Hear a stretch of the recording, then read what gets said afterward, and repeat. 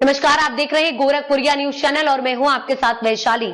आइए रुक करते हैं आज की खास खबर पर। फिल्म इंडस्ट्री की जानी मानी अभिनेत्री रानी चटर्जी ने फिल्म इंडस्ट्री में अपने संघर्ष के बारे में एक बड़ा खुलासा किया। रानी चटर्जी ने अपनी भोजपुरी फिल्म इंडस्ट्री में 21 साल का लंबा सफर तय किया और इस दौरान उन्हें कई तरह की मुश्किलों का सामना करना पड़ा। अभिनेत्री ने बताया कि किस तरह से फिल्म इंडस्ट्री में एक हीरो के लिए एक फीस बढ़ने में कोई समय नहीं लगता, लेकिन एक हीरोइन को ये मुकाम हासिल करने के लिए कई सालों का संघर्ष करना पड़ता है। रानी चटर्जी ने भोजपुरी फिल्म इंडस्ट्री में कदम रखा था। 2004 में रिलीज हुई फिल्म ससुरा बड़ा पैसा वाला से, जो कि ब्लॉकबस्टर साबित हुई। इस फिल्म के बाद रानी को एक बड़ी स्टार के तौर पर पहचाना गया, लेकिन उसके बावजूद रानी का कहना है कि उनके करियर में आने वाले 8 से 9 साल बेहद संघर्षपूर्ण थे।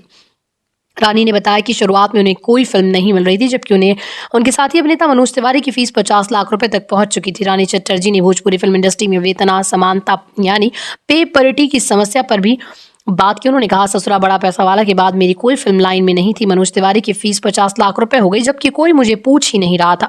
मुझे 8 से 9 सालों का समय लगा यह मुकाम हासिल करने में मैं सबसे ज्यादा फीस लेने वाली हीरोइन बन सकूं।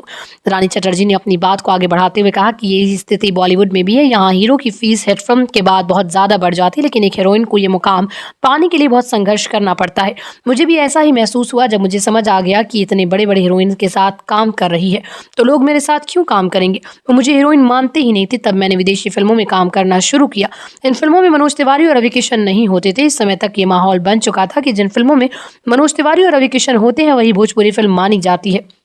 रानी ने यह भी बताया कि जब उन्होंने एक नए हीरो के साथ फिल्म साइन की तो उन्होंने फिल्म की लाइन मिल गई। उन्होंने बताया, मुझे सबसे पहली कॉल राजकुमार पांडे जी से आई थी, जब उन्होंने कहा कि रानी मुझे एक फिल्म करनी है जिसमें मनोज तिवारी नहीं है। उस समय मैं थक कर सो रही थी। मैंने कहा मैं सिर्फ मनोज तिवारी के साथ ही फिल्म करूंगी। तब पांडे जी ने कहा कि अगर ऐसा है तो हम मिलते हैं। ये अफवाह थी कि मैं केवल मनोज तिवारी के साथ काम करूंगी, जबकि मेरी कोई फिल्म उनके साथ नहीं थी। जब मैंने एक नई हीरो के साथ फिल्म साइन की तो मुझे फिल्मों की लाइन मिल गई। ये सब 2005 के बाद हुआ। रानी चटर्जी ने इस इंटरव्यू के जरिए इंडस्ट्री में अभिनेत्री की स्थिति और संघर्ष को उजागर किया। उन्होंने स्पष्ट किया कि ये हिट फिल्म ने एक हीरो की फीस को बढ़ा देती है, लेकिन हीरोइन को अपनी मेहनत और संघर्ष से ही ये मुकाम हासिल करना पड़ता है।